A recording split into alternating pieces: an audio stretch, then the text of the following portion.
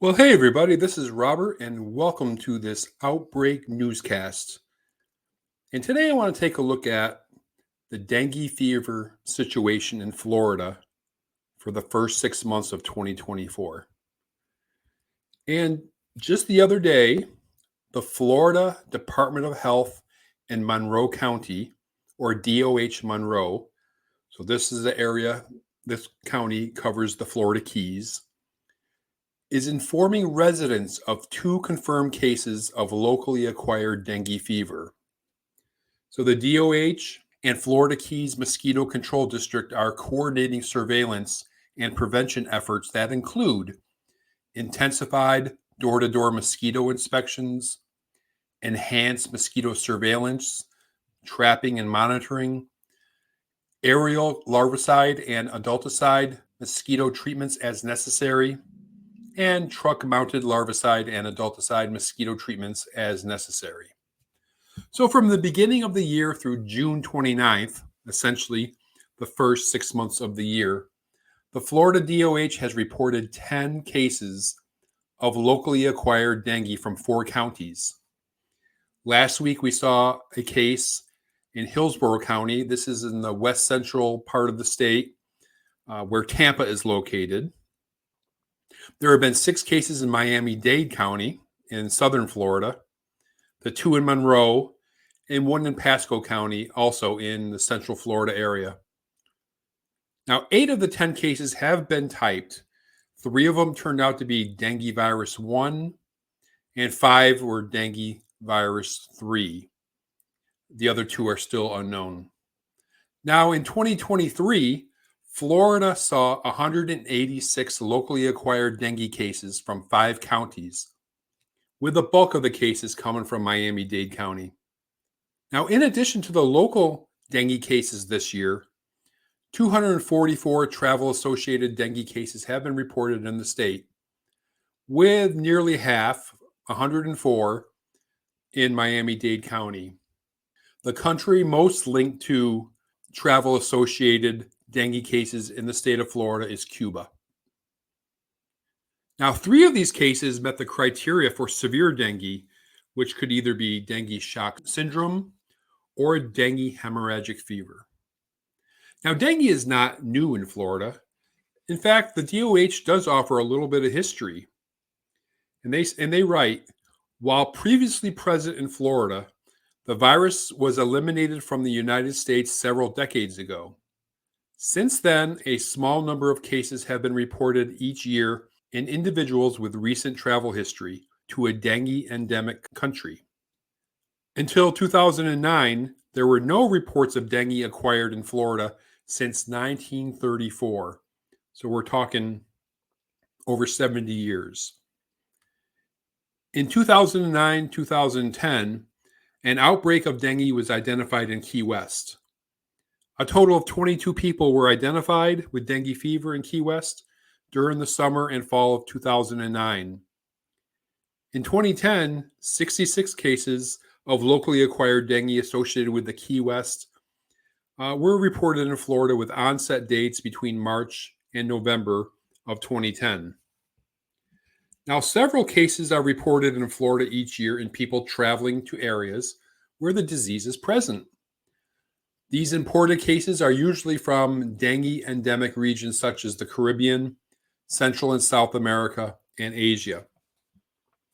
The close proximity of areas with dengue, such as Puerto Rico, and frequent international travel in Florida residents and immigrants makes it possible to have dengue reintroduced. Several transient dengue introductions have been identified in Florida since Key West. In 2013, Martin County had a large outbreak.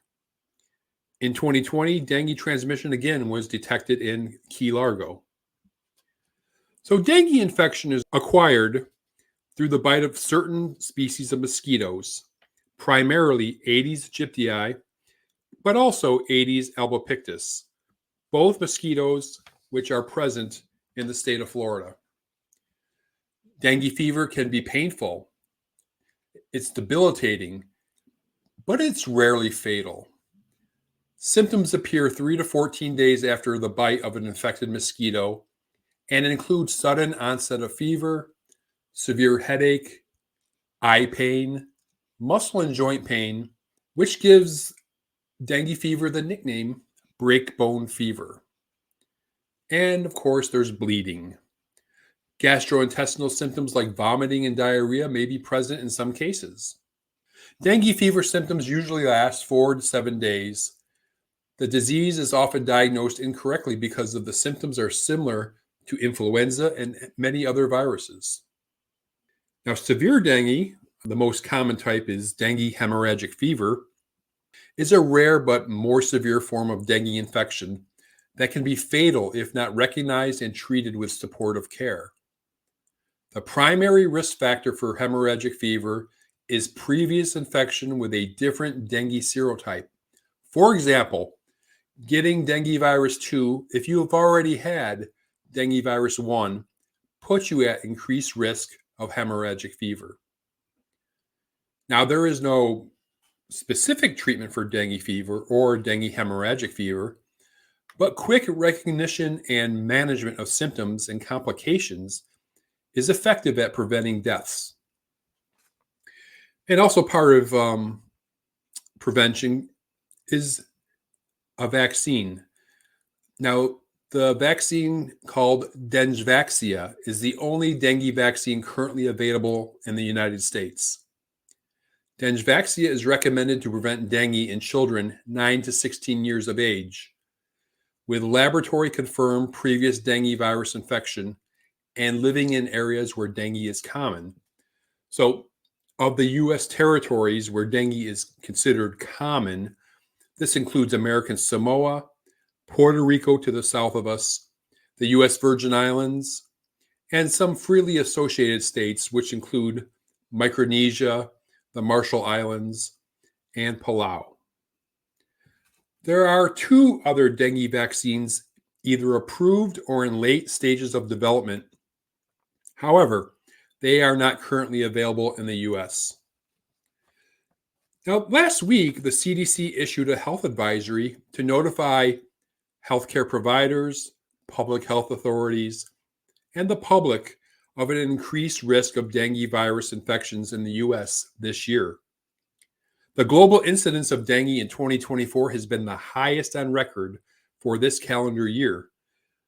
Many countries are reporting higher than usual dengue case numbers. In 2024, the countries in the Americas have reported a record-breaking number of dengue cases, exceeding the highest number ever recorded in a single year.